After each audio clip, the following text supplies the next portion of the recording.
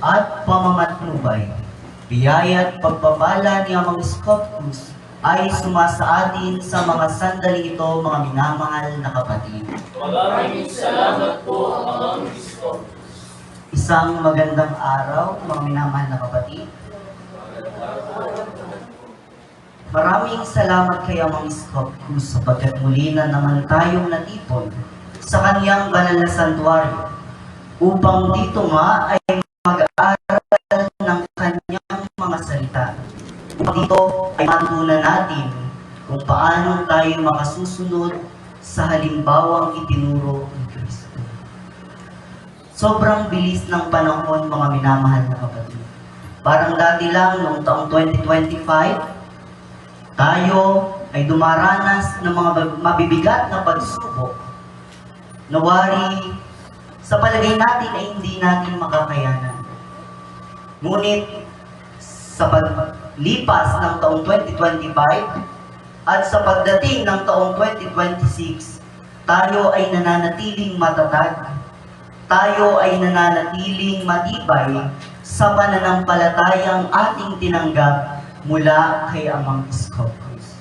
Kaya't salamat kay Amang Scopus sa walang sawang pagbibigay ng mga biyaya at pagpapala sa bawat isa sa atin. Nawa, sa patuloy na pagdaloy ng taong 2026, patuloy nawang ipagkaloob sa atin ni Amang Scopus yung mga biyaya at pagpapala, hindi lamang ng mga biyaya at pagpapalang material, lalo't higit ay ng mga biyaya at pagpapalang espiritual. Lalo't higit, mga minamahal na kapatid, ay ang lakas ng ating pangangatawan. At higit sa lahat, ang katatagan ng ating pananampalataya. Sapagkat hindi tayo mananatiling matatag sa tinanggap nating pananampalataya kung tayo sa ating sarili lamang ang nakaagapay sa pananampalatayang ito. Kailangan sa pananampalatayang ating pinangahawakan, nakaagapay si Amang Scopus sa ating buhay. Kaya nga sinasabi lagi ni Amang Scopus, ipagkatiwala ninyo sa akin ang lahat ng bagay at ako ang gagawa ng para sa inyo. Ganon kabuti si Amang Scopus sa bawat niyang mga anak na sa kabila ng mabibigat na pagsubok na dumadating sa ating buhay, nananatili tayong matatag. Nananatili tayong nakatayo sa gitna ng mga bagyo, sa gitna ng mga kalamidad. Mabibigat man yan o magagaan. Tayo ay nananatili, mga minamahal na kapatid. Kaya ngayon, limingin natin ang bawat salita na sa atin ay pinagkakaloob ni Amang Scopus. Unawain natin sapagkat ito ang magbibigay buhay sa bawat isa sa atin. Hindi lamang yung literal na buhay, kundi buhay na walang hanggan. Kung papaano, kung ating masusunod ang itinuro at iniaaral ng Panginoong Hesukristo, sa wakas ng panahon ito, magkakamit tayo ng katawang panlangit, taglay ang buhay na walang hanggan, na hindi na makatitikim ng kamatayan sa anumang uri ng pamamaraan. Kaya tayo nandito upang pag-aaralan ang kanyang mga salita. Kaya tayo nandito upang limiin yung bawat salita na ibinibigay ni Amang Scopus sa bawat isa sa atin. Na kung paano ang mga salitang ito, kung ating masusunod nga, tayo ay magtatagumpay. Ito ay patungo sa katagumpayan sa piling ni Amang Scopus. Pagkat yaman tayo yung mga anak ni Amang Scopus, mga minamahal na kapatid, marapat na tularan natin siya. Kung paano ang isinapamuhay ng Panginoong Hesukristo, sapagkat ang sabi sa kasulatan, ang pag-ibig ay nagiging ganap kung hindi natin kinatatakutan ang araw ng paghukom. Sapagkat tayo ay katulad ni Kristo habang nasa daigdig pang ito. Kaya't marapat na kung ano yung isinapamuhay ng Panginoong Jesucristo, sikapin natin. Hindi man natin magawa ng biglaan, sikapin natin na matupad ang itinuturo at iniaaral ng Panginoong Jesucristo sa bawat isa sa atin. Sapagkat sabi pa, laging sinasabi ng Panginoong Jesucristo, magpakabanal kayo sapagkat ako ay banal. Upang matularan natin ang kabanalan ng Panginoong Jesucristo, pagsunod ang marapat na manaig para sa bawat isa sa atin. Kaya tayo'y mamuhay ng puspos ng pag-ibig ni Amang Scopus, ng pagsunod, ng pagmamahalan bilang magkakapatid, upang sa ating pagsunod sa 11 batas panlinis na ibinigay ni Amang Scopus sa bawat isa sa atin, manatili nga tayo sa ating buhay upang magkamit tayo ng buhay na walang hanggan. Taglay ang katawang panlangit na hindi na makatitikim ng kamatayan sa anumang uri ng pamamaraan. Purihin ang Diyos. Amang Scopus. And for Tito Lucas or Brother Larry, good morning. Good morning. Yamang tayo'y mga anak ni Amang Scopus, mga minamahal na kapatid. Marapat na maging tulad tayo niya. Mamuhay tayong puspos ng pag-ibig, kagalakan na itinuturo ng Panginoong Jesucristo. Sapagkat marami nga sa atin mga minamahal na kapatid na nakatagpo lamang kay Amang Scopus. Ngunit yung ating mga gawa ay nananatili pa rin sa dati nating pamumuhay. Yung ating mga gawa ay nananatili pa rin sa kung ano yung pamumuhay na ating kinagawian at kinasanayan nung ikalawang misteryo. Kaya patuloy na ipinapaunawa sa atin, sapagkat sabi sa kasulatan, pagdating ng Espiritu ng katotohanan, tutulungan niya kayong maunawaan ang buong katotohanan. Sapagkat magbibika siya hindi sa ganang kanyang sarili. Sasabihin niya sa inyo ang kanyang narinig at ipapahayag ang mga bagay na darating. So, for it is only right that we live like Christ. We must live like Christ. We must need to learn and reflect in our own lives what does Christ live by.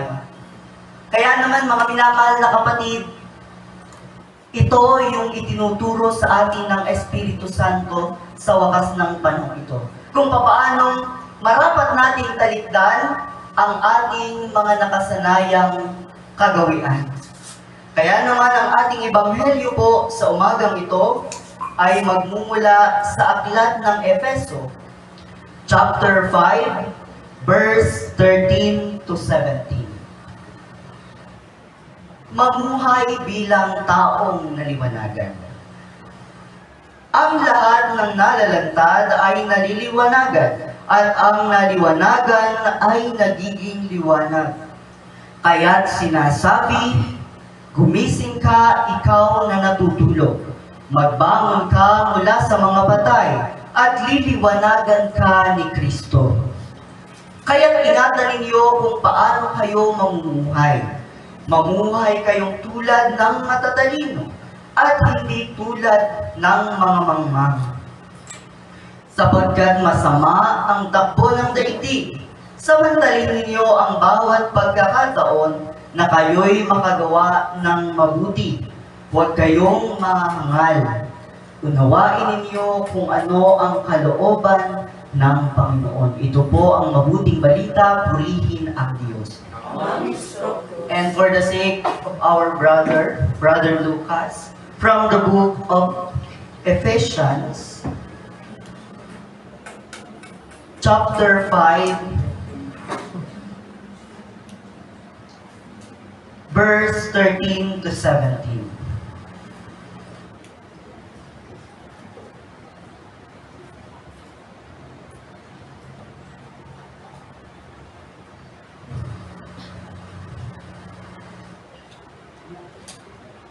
duty to live in the light. But when such deeds are condemned, they are seen in the light of day, and all that then appears is light. That is why we read, "Awake, O sleeper, arise from dead, and Christ will give you light. Keep careful watch over your conduct. Do not act like fools, but like thoughtful men. Make the most of the present opportunity, for these are evil days. Do not continue in ignorance, but try to concern the will of the Lord." This is the good news. Mga minamahal na kapatid, marami nga po ang itinuturo sa atin ng banal na kasulatan, na kung papaano sa itinuturo ng Panginoong Jesucristo sa bawat isa sa atin, marapat na masunod natin ang bawat kanyang itinuturo.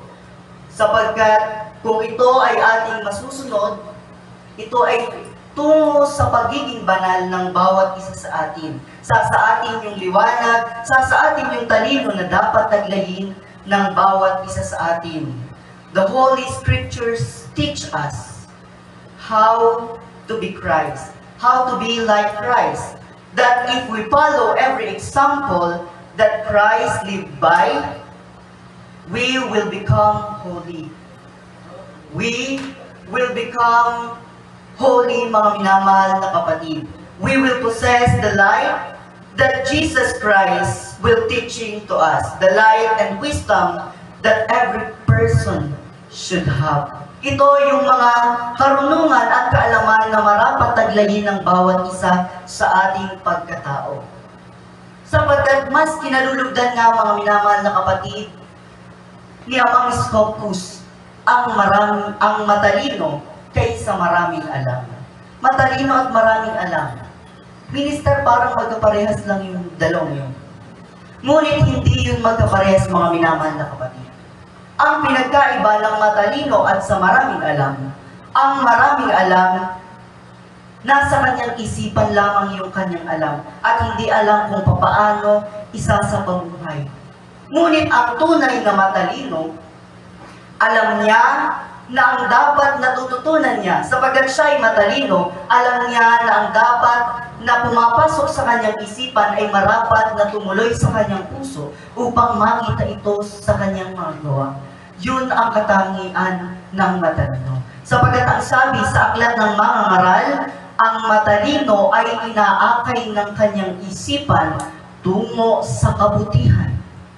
Ngunit ang mangmang ay hinihila ng kanyang damdamin tungo sa kasamaan. Kaya't maging tulad tayo ng matalino, mga minamahal na kapatid. Na kung papaanong, kung tayo'y matalino, alam natin na ang bawat natututunan natin ay marapat na i-apply sa ating pagkatao. Ngunit hindi naman natin agad magagawa yung mga minamahal na kapatid.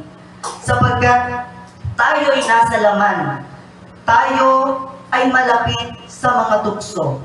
Malapit tayo sa mga pagsubok na ibinibigay niya mga Scopus. Kaya ito yung nagbabadya sa atin para tayo makagawa ng pagkakasala. Kung tayo'y mahina, mabubuyo nga tayo sa pagkasala. Ngunit kung tayo'y malakas na sa pananampalataya, kailanman tayo hindi na mabubuwal ng mga pagsubok, tayo hindi na mabubuwal ng mga tukso. Sapagkat may karunungan na sa ating isipan na marapat nating patuloyin sa ating puso at makita sa ating mga gawa. Because the way Christ lived His life can be seen in our characters. Kailangan makita sa ating pagkatao yung isinapamuhay ng Panginoong Jesucristo. Sapagkat ano pa ang sabi sa ating Ebanghelyo? Sa verse 13 to 14. Ang lahat ng nalalantad ay naliliwanagan, at ang naliwanagan ay nagiging liwanag. Example, mga minamahal na kapatid. tayo po ay nasa isang madilim na silid. Madilim na silid, yung tila wala talaga tayong makita, puro kadiliman, mga minamahal na kapatid. Wala tayong kahit kaunting aninag na nakikita. Ngayon, binuksan natin ang ilaw. Binuksan natin yung ilaw sa ating kwarto. So, nalantad sa atin yung maraming kalat. May tae ng pusa, ang daming gabok sa sahig, ang dumi ng bintana, ang daming agiw. So, anong marapat natin gawin, mga minamahal na kapatid? Lilinisin natin. Sapagkat tayo ay may obligasyon sa ating bahay. Lilinisin natin sapagkat nakita na natin yung mga dumi sa ating bahay. Ganon din sa espiritual. Na kung paano tayo'y dinatnan niya mga scopuus na mga patay. Tayo'y dinatnan niya mga scopuus na nasa kadiliman. Ngayon, nang dumating si Amang Scopuus, ibinigay niya ang 11 batas panlinis para sa kaliwanagan ng bawat isa. At doon natin nalaman na marami tayong mga maling ginagawa. Marami tayong pagkakasala nang tayo ay datnan ni Amang Scopuus. Ako pala ay nagpapalalo, ako pala ay mataas, ako pala ay mainitin ng ulo. So ano ang dapat natin gawin, mga minamahal na kapatid?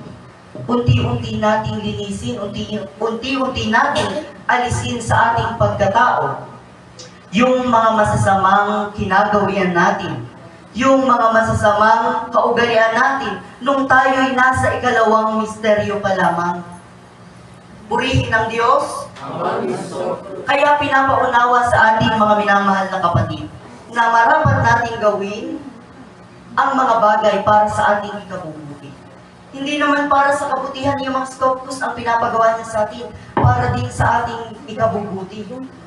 Sapagkat nais ni Amang Scopuus o sapagkat mahal na mahal tayo ni Amang Scopuus, ayaw niya ng bawat mga anak niya ay nabubuyo sa pagkakasala. Ayaw niya na ang kanyang mga anak ay nadadala pa sa mga pagsubok na dumadating sa kanyang buhay. Ayaw niya na tayo nagkakasala pa.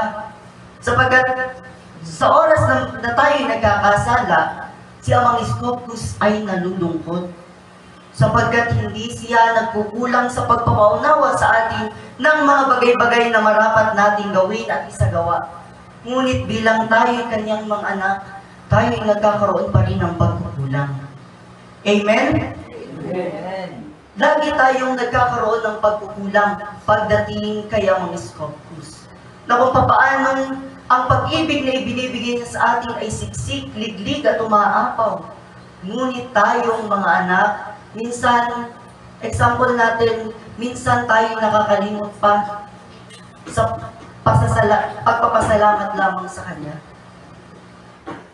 Ako man, mga minamahal na kapatid, ako'y nakakalimot din minsan sa pagpapasalamat kay Amang Scopuus.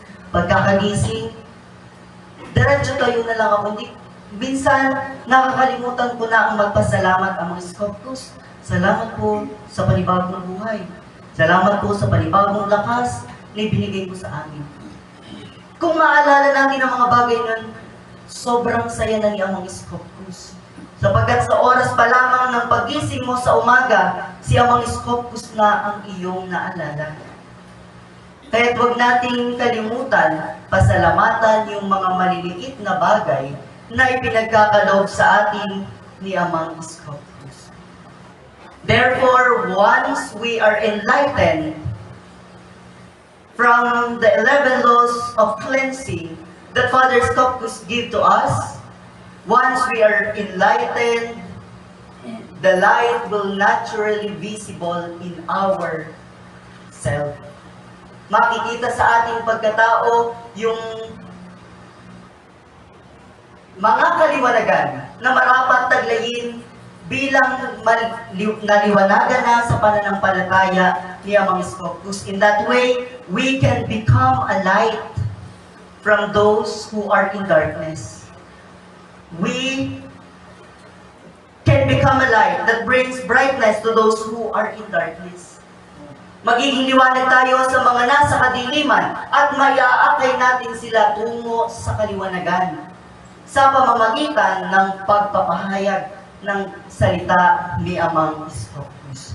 Ano pa ang sabi sa kasunod na talata?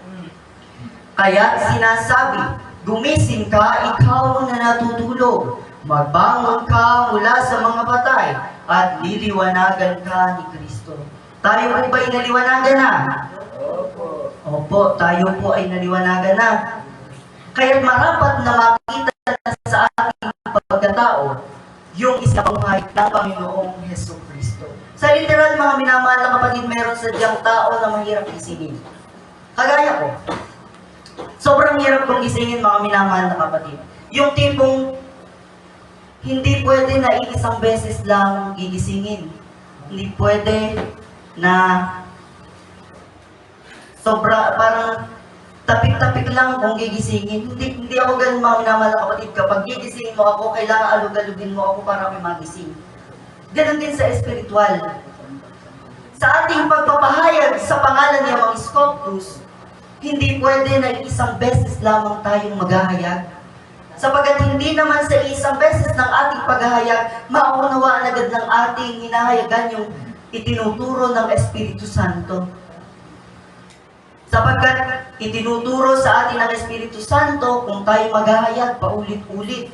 Ang tao ay makakalimutin, kaya kahit paulit-ulit nating ulitin yung pagpapahayag, okay lamang. Sapagkat ito ay para rin sa kabutihan nila. Ito rin ay para magkabit din sila ng buhay na walang hanggan at upang maunawaan nila yung kaliwanagan na ating tinanggap mula kay Amang Iskopus. Laging sinasabi ni Amang Iskopus, mga minamahal na kapatid, ang dinatnan ko ay daigdig ng mga patay nung siya'y dumating noong February 1, 1966. Sapagkat kahit na tayo ay nakakikilos, kahit na tayo nakagagalaw, kahit na tayo nakikita, nakaririnig, itinuturing tayong patay ni Amang Iskopus, sapagkat ang ating mga gawa ay lihis sa aral at turo ng Panginoong Hesukristo. Tayo nga ay nanatili sa mahimbing nating pagkakatulog, sapagkat hindi nga tayo maliliwanagan kung tayo patulog-tulog.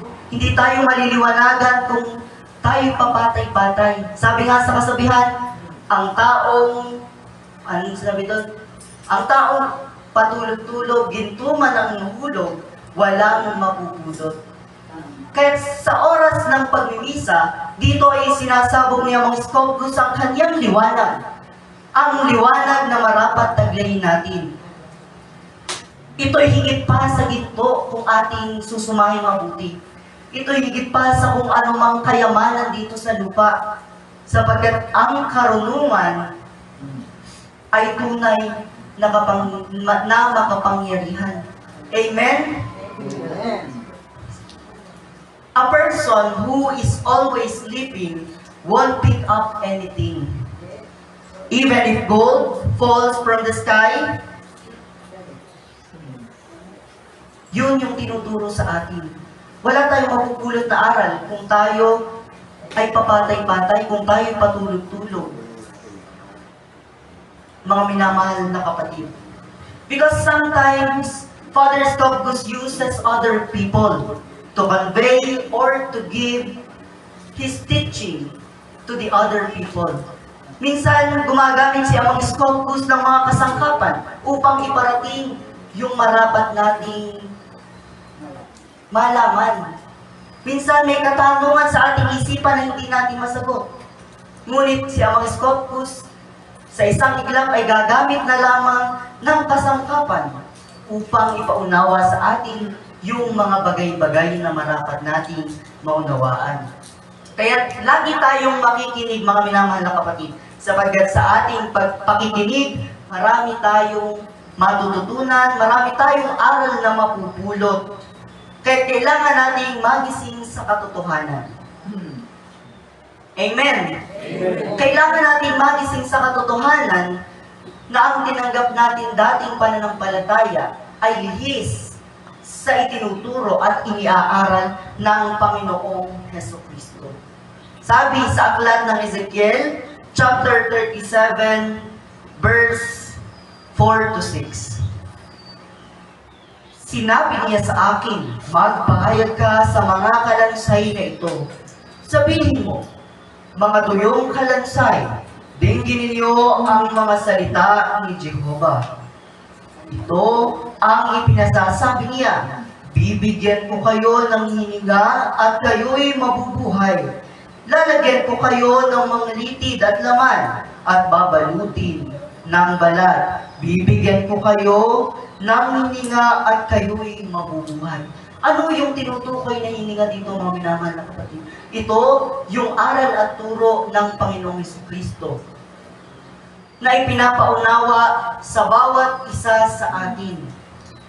Na ito nga yung 11 batas panlinis na ibinigay niya sa ating tao. Alisin ang kapalaluan, alisin ang kataasan, alisin ang kaharutan, karamutan, init ng ulo, ngit-ngit sa kapwa-tao. Huwag hahamak, huwag hahatol, huwag gagawin sa iyong kapwa ang di mo nais gawin sa iyo, patawarin ang sa iyo ay nagkasala. Na kung papaano kung ito ay ating masusunod at may a-apply sa ating pagkatao, tayo ay mabubuhay. At tayo ay makakabuhay pa ng mga patay. Sabagat hindi naman tayo makakabuhay ng mga patay kung tayo patay din. Di po ba, mga minamahal na kapatid? Hindi tayo makakabuhay ng mga patay kung maging tayo ay patay pa rin.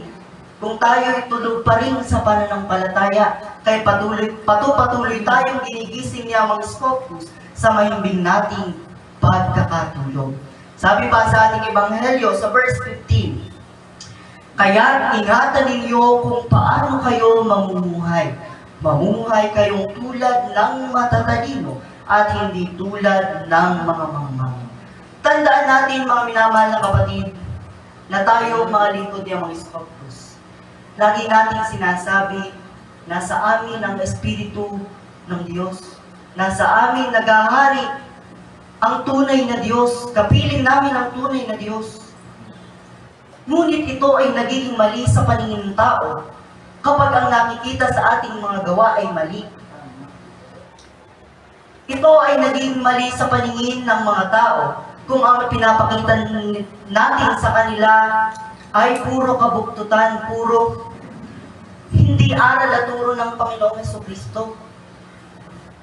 Sapagkat sila ay hindi din makakaunawa kung tayo ay lihis din sa aral at turo ng Panginoong Hesukristo.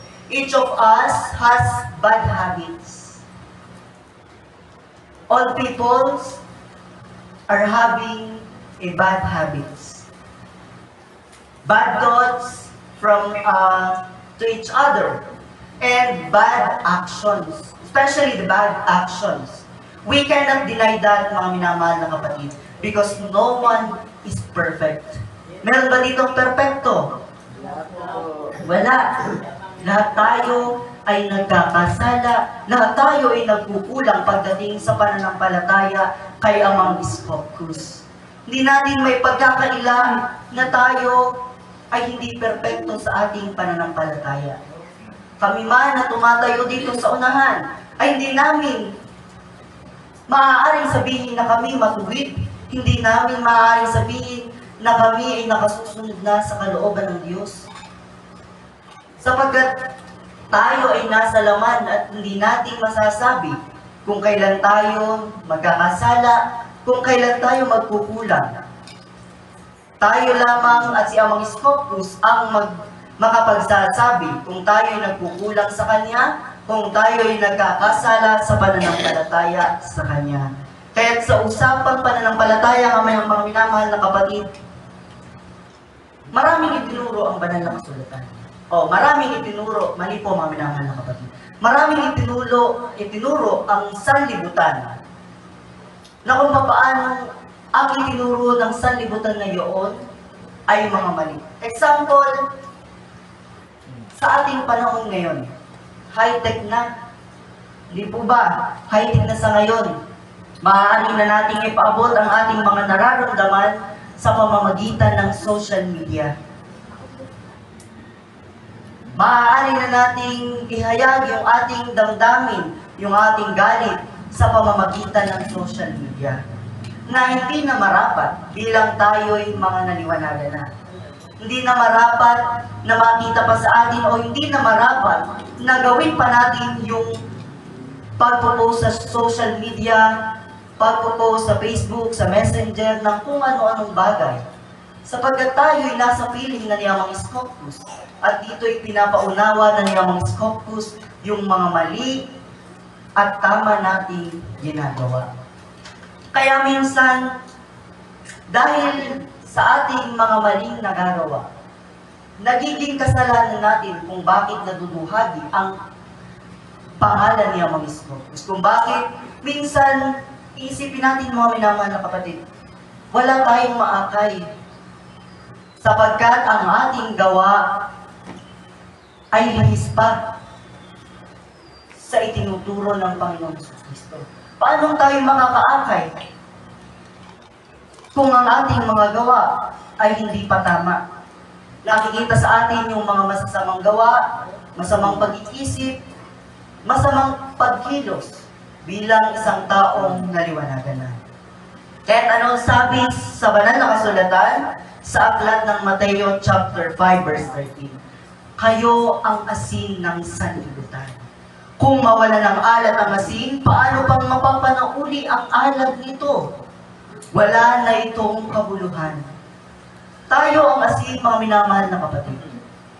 Na kung paano ang katangian ng asin sa espiritual ay kabutihang asal. Kung tayo'y mawala ng kabutihang asal sa pamamagitan ng mga taong wala sa pananampalataya kay Amang Scopus, wala tayong kabuluhan sa paningin ni Amang Scopus. Sapagat yung kabutihang asal pa lamang ay hindi makita sa atin. Ano ang sabi sa banal na kasulatan? Dahil dito, idagdag ninyo sa inyong pananampalataya ang kabutihang asal. Sa kabutihang asal ang kaalaman. Sa kaalaman ang pagsusupil sa sarili. Ngunit higit sa lahat, mga minamahal na kapatid, tandaan natin na kung paano iniingatan natin yung ating kasuotan. Lagi minsan sinasabi natin, baka madumi ng aking damit. Susuotin ko pa ito bukas kung may pagtitipon man bukas. Kung paano iniingatan natin ang ating kasuotan, ganun din ingatan natin ang pangalan ni Amang Scopus sa pamamagitan ng ating pamumuhay. Sapagat sa ating pamumuhay, nakasalalay ang ating pananampalataya. Hindi ko kayo pinipressure, mga minamahal na kapatid, ngunit ito yung itinuturo ng banal na kasulatan. Maging ako man, sinisikap kong makasunod sa kung ano yung itinuturo ng banal na kasulatan. So, let us remember that just as we take care of our white garments, we should also take care the most of the name of our God. By our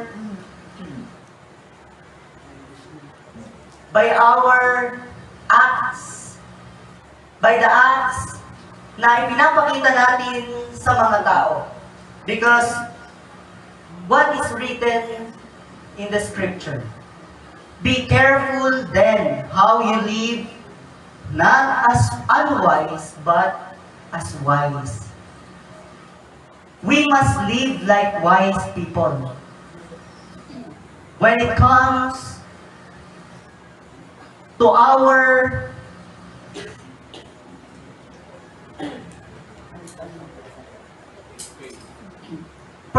faith, mga minamahal na kapatid. Just like a snake. Ang ating pananampalataya ay tulad natin sa ahas. Na kung paano ang katangian ng ahas ay matalino. Hindi, mga minamahal na kapatid, yung ahas na nanunuklaw, hindi yung ahas na nanlilingkis. Baka isang araw, magdala kayo ng kabit sa inyong bahay, ay lagot tayo. Sabi ni Minister, maging tulad daw kami ng ahas. Diyos ko. Baka mga minamahal na kapatid, may dala ng bawat isang kabit. Ngunit ang itinuturo ng banal na kasulatan bilang ahas, ang katangian ng ahas ay matalino. Na kung paano ang ahas, kapag nadama niya sa kanyang sarili na siya ay nasa panganib, lilihis ito ng landas. When the snake senses that they are in danger, they avoid the threat and changes its path. That is snake.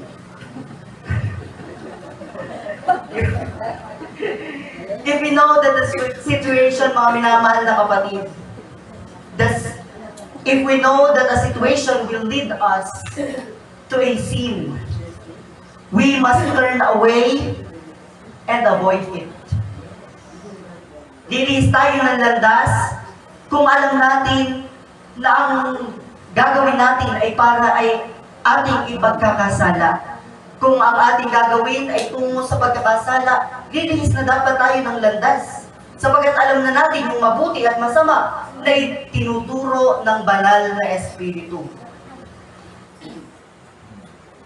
Sapagkat sabi, ang nakaaalam ng mabuti na dapat niyang gawin ngunit hindi ginagawa ay nagkakasala. Kaya kung alam natin yung mabuti, gawin natin yung mabuti. Kung alam natin yung masama, umiwas tayo sa masama. Hindi dapat sumunod sa masama. Ano ba sabi sa ating ebanghelyo? Sa verse 16. Sapagkat masama ang takbo ng daigdig, samantalahin ninyo ang bawat pagkakataon na kayo'y makagawa ng mabuti. Bilang mga taong naliwanagan, marapat mga minamahal na kapatid, na yung dati na nating pagkatao ay mawala na sa atin. Yung dati nating mga kaugalian, maraming itinuro sa atin ng daigdig. Kasi sa tinagal-tagal natin, bago nakatagpo kayo mga Scopus, marami na tayong na-adapt mula dito sa daigdig na ito. Marami na tayong mga masasamang asal na nakita sa mga tao. At minsan ito ay nagagawa din natin. Totoo po ba? Yes. Minsan, dahil sa nakikita o ang bata, kapag nakita niya yung isang bagay, iisipin niya mabuti yung kanyang nakikita. Gaya sa pagmumura. Kapag narinig niya na ang kanyang magulang ay nagmumura, maa-adapt na niya ito hanggang sa kanyang paglaki. Sapagkat akala ng bata, tama yung sinasabi ng kanyang mga magulang. Akala ng mga bata, maangas yun kapag sila'y nagsasalita ng ganun.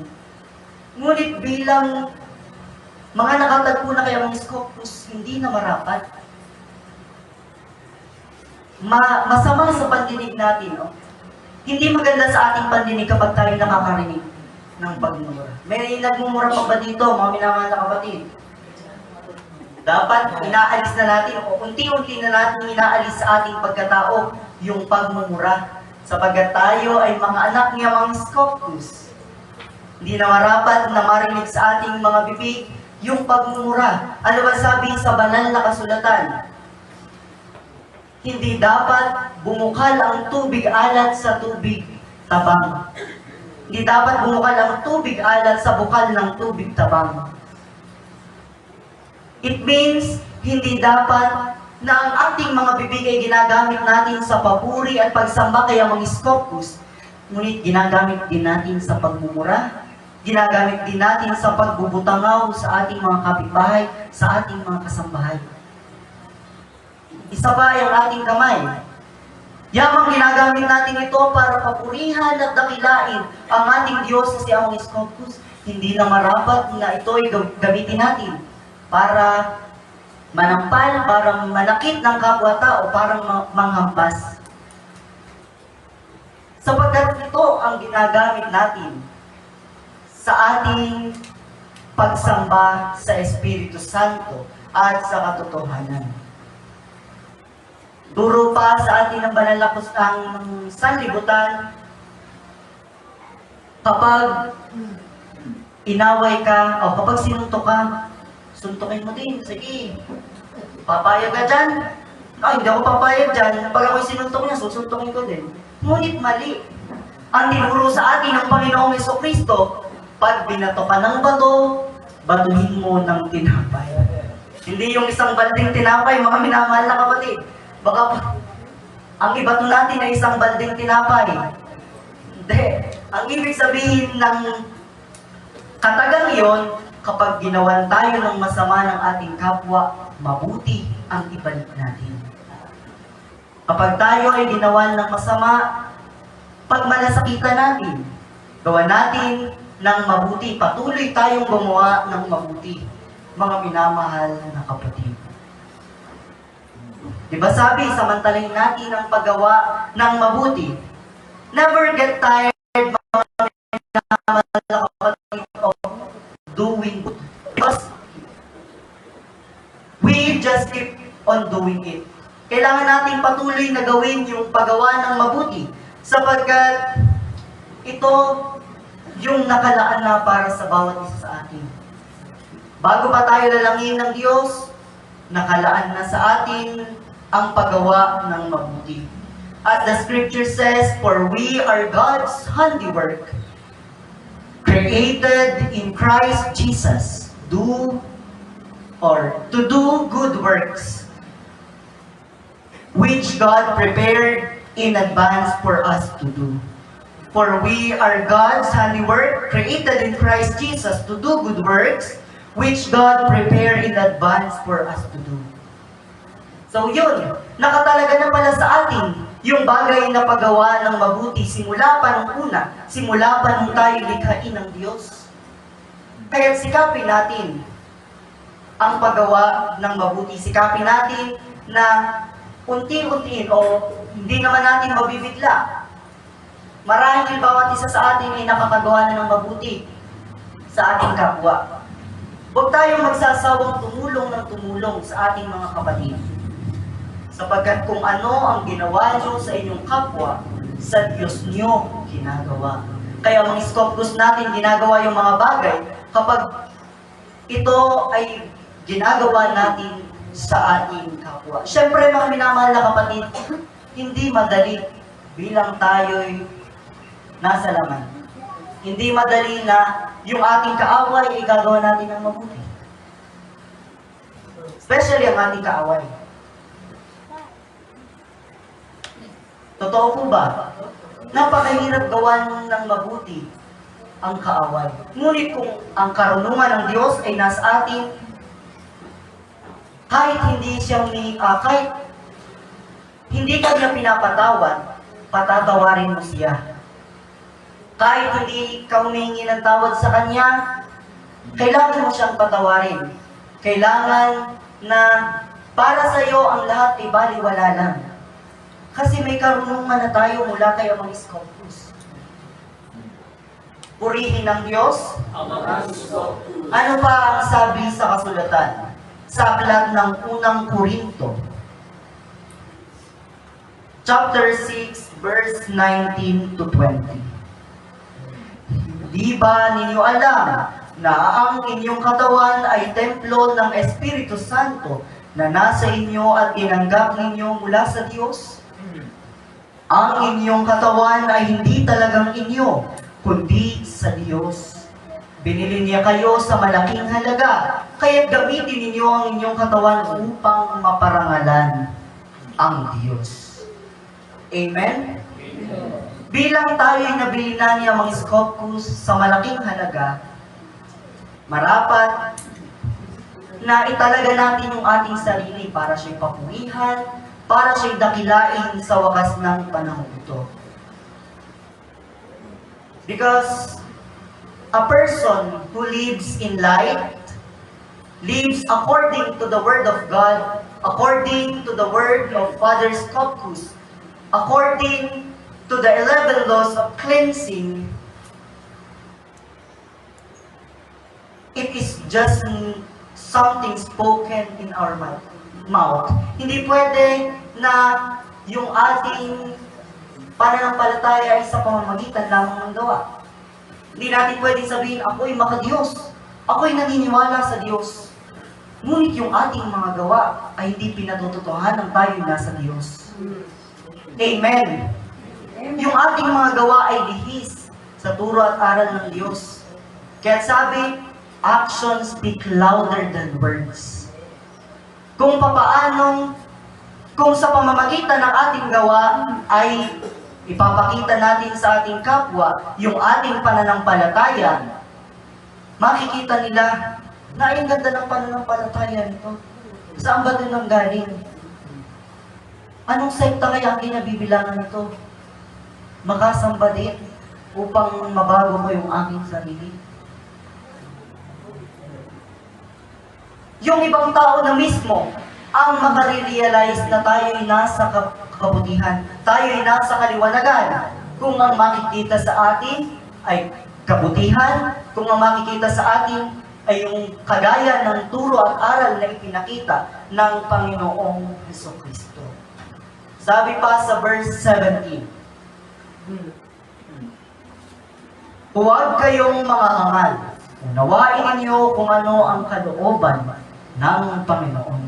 Kaya, huwag na tayong mga hangal, mga minamahal na kapatid tayo, sapagat ako man ay nakagagawa din ng pagkakasala. Huwag na tayong mga hangal, maging mga hangal sa paningin ni Amang Iskopkus.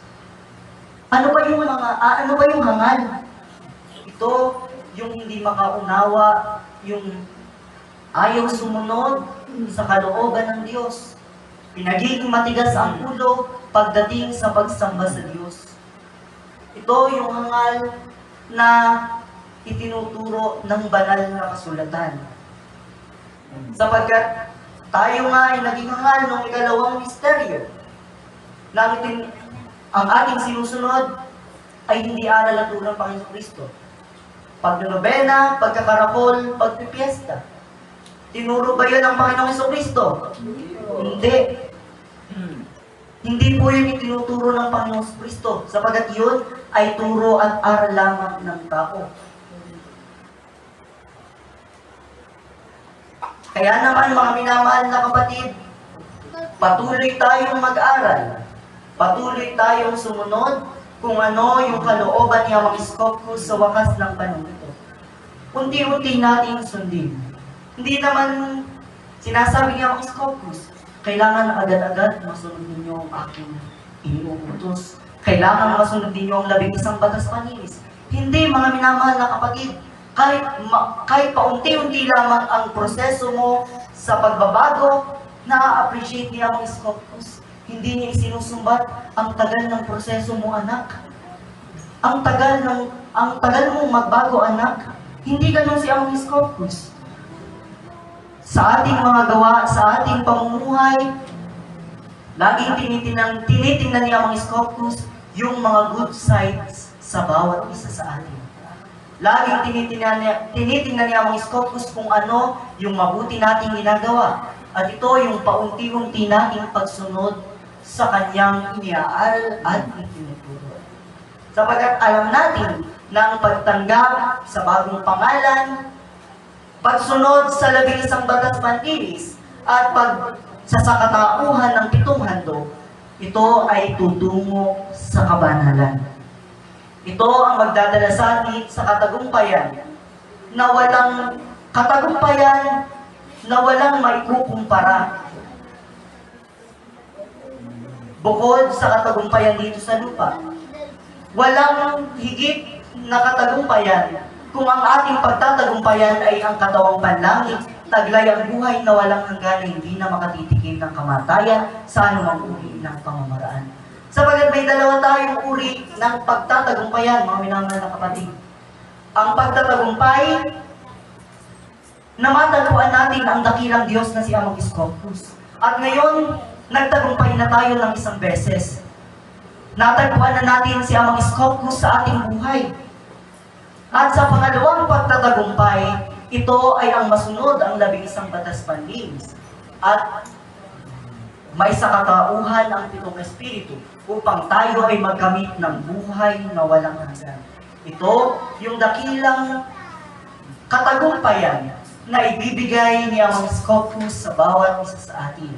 Kaya't habang tayo malalakas pa, mga minamahal na kapatid, habang tayo ay nakakikita, habang tayo ay nakaririnig. Huwag nating pagsawaan ang paggawa ng mabuti. Huwag tayong magsawa na sumunod sa kalooban ng Diyos, sapagkat ang Diyos ang nagbibigay buhay. Ang Diyos ay hindi maramot sa atin, mga minamahal na kapatid. Lagi niya tayong pinagkakalooban ng kanyang pag-ibig.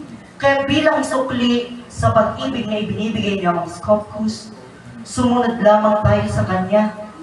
Masaya na siya. Sundin lamang natin ang kanyang ipinag-uutos, nagagalak na siya. Gaya ng magulang at ng anak.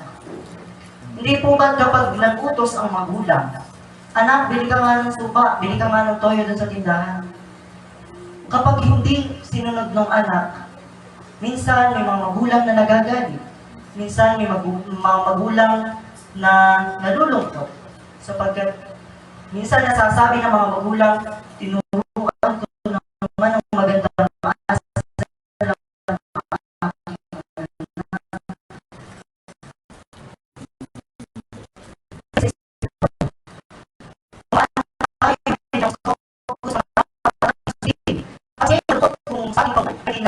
Yung mga tinuturo niya. Siya'y malulungkot kapag nakita niya na tayo'y nadadala sa mga tukso dahil sa kakulangan natin sa karunungan. Kaya huwag natin katamaran ang pagpunta sa mga santuari niya mga Scopus, sapagkat gaya nga po ng sinabi ko kanina, dito ay isinasabog niya mga Scopus ang mga aral na marapat natin taglayin. So, mga minamahal na kapatid, it's 7:18 o'clock in the morning. Thank you for listening. Thank you for joining in this Mass, like this Mass. Kasi mga minamahal na kapatid, dito isinasabungan niya ang Scopus sa mga aral. Maraming salamat sapagkat sa kabila ng kabisihan natin sa buhay, nagagawa natin pumunta sa santuaryo niya mga Scopus upang siya'y papurihan, upang siya'y dakilain sa wakas ng panahon ito. May we all go in our home with joy and smile in our faces. Because we learned so much, because we heard the Word of God that Father Scopus will giving to us in this very moment. May each of us learn to follow the 11 laws of cleansing that the Father Scopus gave to us. And this is obeying the law of cleansing of God. So, that everyone will follow what does Christ live by. Kung ano yung sinapamuhay ng Panginoong Kristo, ito'y ating masusunod. Dahil may lakas tayo mula kay Amang Scopus, may karunungan tayo mula kay Amang Scopus, upang ito'y magtungo sa atin sa katagumpayan. Kaya mga minamahal na kapatid, nawa iloobin niya mga Scopus na unti-unti nga nating masunod ang 11 batas panlinis na ibinigay niya sa bawat isa sa atin. Upang tayo'y maging isang halimbawa na marapat tularan. Upang makita sa ating mga pagkatao yung isinapamuhay ng Panginoong Hesukristo sa wakas ng panahon ito. Kaya mga minamahal na kapatid, ito po ang mabuting balita na sa atin ay pinagkaloob niya mga Scopus sa wakas ng panahon ito. Inaanyayahan ko na po magsitayo ang bawat isa para sa ating Panginoon. Ilahad po natin ang ating mga kamay, bagyang itingala ang ulo at ipikit ang mga mata. Amang Scopus, Amang Scopus, Amang Scopus. Dakila naming Ama, Diyos na makapangyarihan, Sa umaga pong ito, lubos ang aming pasasalamat. Sapagkat sa araw at oras na ito, muli kami ay iyong tinipon sa iyong banal na santuaryo. At dito ay kami iyong inaralan ng mga aral at turo na marapat naming taglayin sa aming pamumuhay. Nawa ang mga iskopos sa aming pag-uwi sa aming mga tahanan ay tunay na makita sa aming pagkatao ang mga aral at turo na isinapamuhay ng Panginoong Jesucristo. Amang Iskopos, kami po ay humingi ng kapatawaran sa mga nagagawa namin pagkakasala.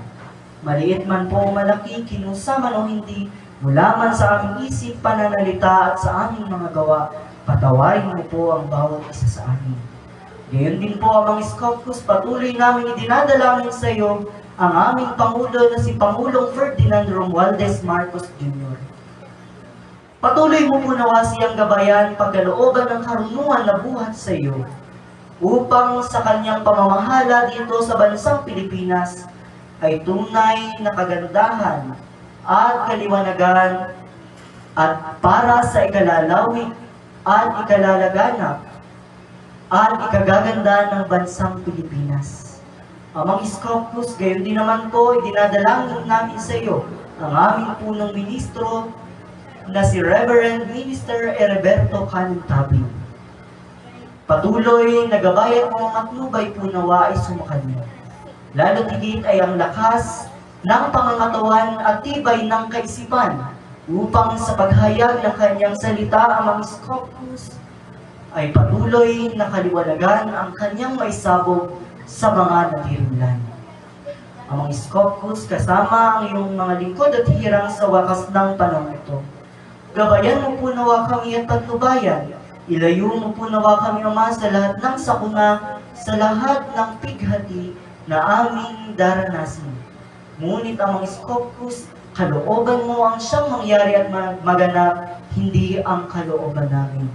Patuloy po nawa ang kalakasan ng pangangatawan at tibay ng kaisipan upang mapanghawakan po namin lubos ang pananampalatayang tinanggap namin buhat sa iyo. Ganon din po ang mga Iskopos, idinadalangin namin sa iyo ang aming kapatid na si Albino Reyes. Amang Iskopos, patuloy mo po nawa siyang lingapin sa iyong banal na kaharian upang sa kanya nawa Amang Iskopos ang kanyang sambahayan na naiwan dito sa lupa ay mapanatag sa kanyang pagkawala. Amang Iskopos, katutagan din po ng pananampalataya upang mapanghawakan nilang lubos at matanggap ang ibibigay mong gantimpala sa mga magtatagumpay. Ang lahat po ng ito ay samo at dalangin namin sa kapurihan ni Jesus na aming Panginoon na tanging tagapagligtas. At sa kapurihan ng iyong bago at banal na pangalan, Iskopos Kalis Lisan, ngayon at magpa sa walang hanggan.